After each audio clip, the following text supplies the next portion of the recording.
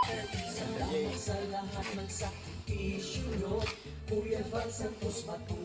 grabe! Macho! Jason, Papa Dan, Daddy Philip, Brother Paas, Engineer Akon, Kalingap Edo.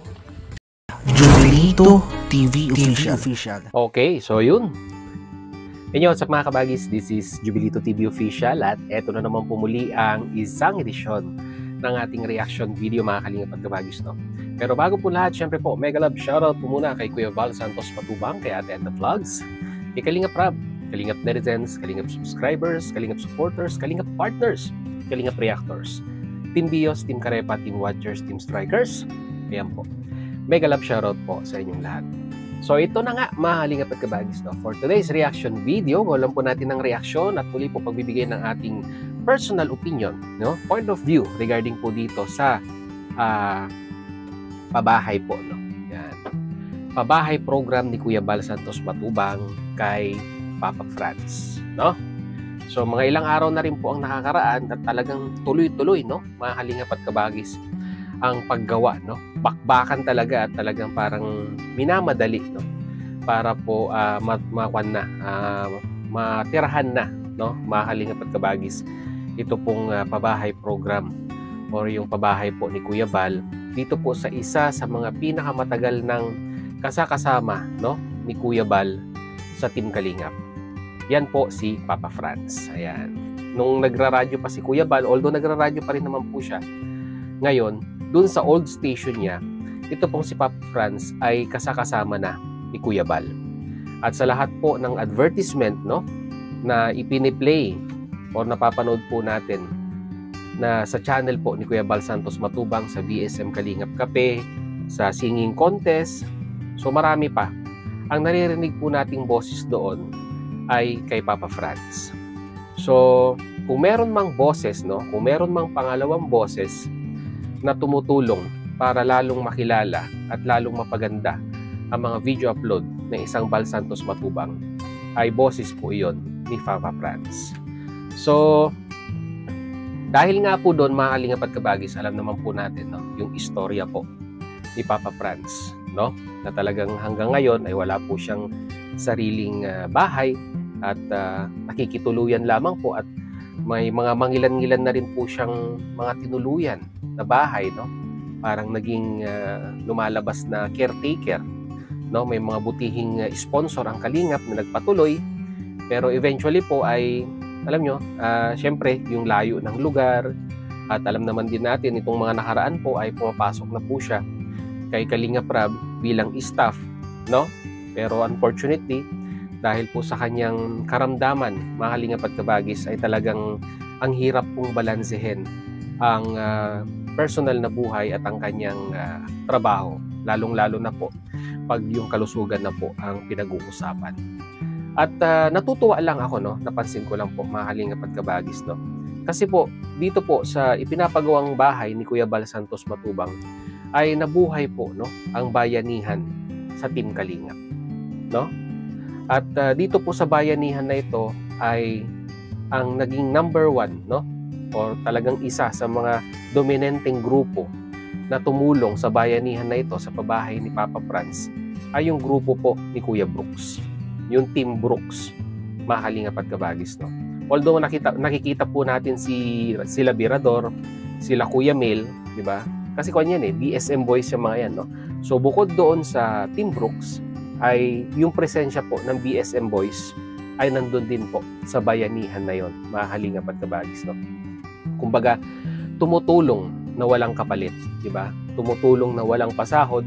Kumbaga, pinapairal po nila yung presensya po ng salitang paglingap, which is maganda po, no, mga kalingap at kabagis, no. Ang isa lang po sa napansin ko dito, mga kalingap at kabagis, no, habang si Kuya Val po ay busy, no, dito po sa pagpapatayo or pabahay po para po kay Papa Franz, mga kalingap at kabagis. At yung nga po, sinabi ko kanina, ay yung pagtulong din po ng Team Brooks, no, at ng BSM Boys. Isa lang po ang napansin ko.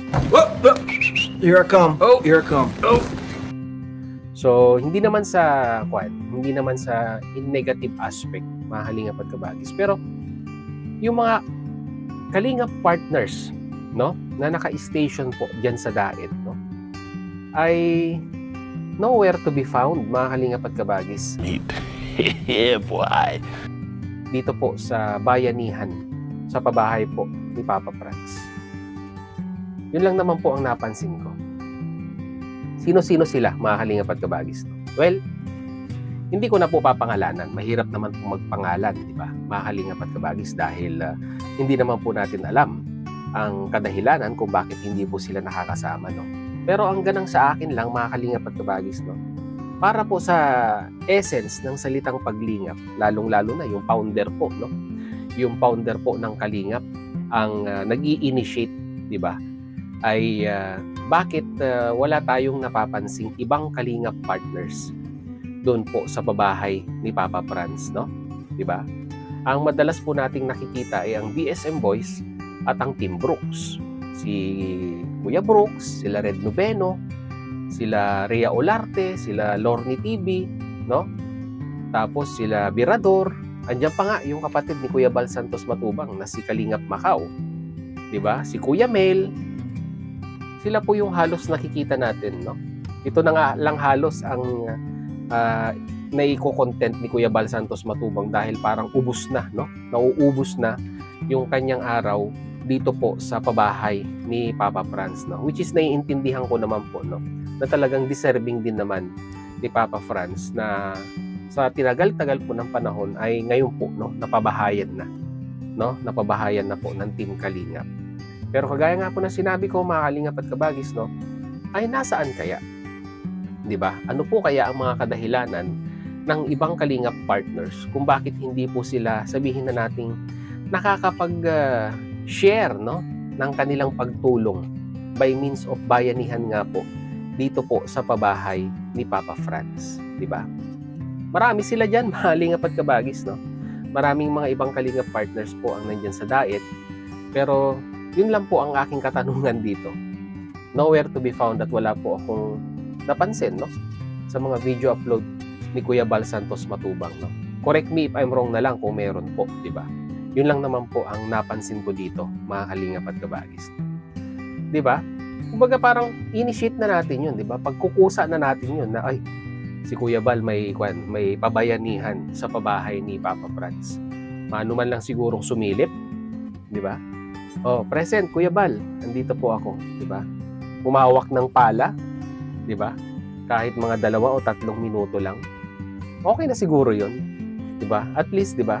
Nakikita ng mga viewers na suportado mo pa rin ang isang Bal Santos Matubang na founder po ng Kalingap na nilapitan natin once, 'di ba? Para po makipag-affiliate at maging part po, no, ng Kalingap community. No? Hindi naman sa binabash ko po yung mga ibang Kalingap partners natin na niya po sa Daet na hindi po natin nakikita dito po sa pabahay ni Papa Franz. Pero sa tingin ko po, no, 'di ba? Out of na lang po, no. Out of yung good intention ni Kuya Bal na isa rin pong Kalingap partners yung tinutulungan niya, ay tulungan din po natin, 'di ba? Tulungan din po natin si Kuya Bal dahil alam naman po natin, 'di ba? Yung pabahay ay medyo tight, 'di ba, ang budget kung kukuha pa ng ibang trabahador, 'di ba, ibang labor na pasasahurin, i-divert niya na lang po, no, sa pambili pa ng materyales para mapabilis itong pabahay kay Papa Franz. So, ano sa tingin ninyo, mga Kalingap at Kabagis, no? Ano po ang inyong opinion dito? Siyempre, lagay niyo po sa ating comment section. So, yun, mga Kalingap at Kabagis, yun lang po ang ating reaction video for today. And once again, sa mga hindi pa po nakasubscribe kay Jubilito TV Official, ayan po, no?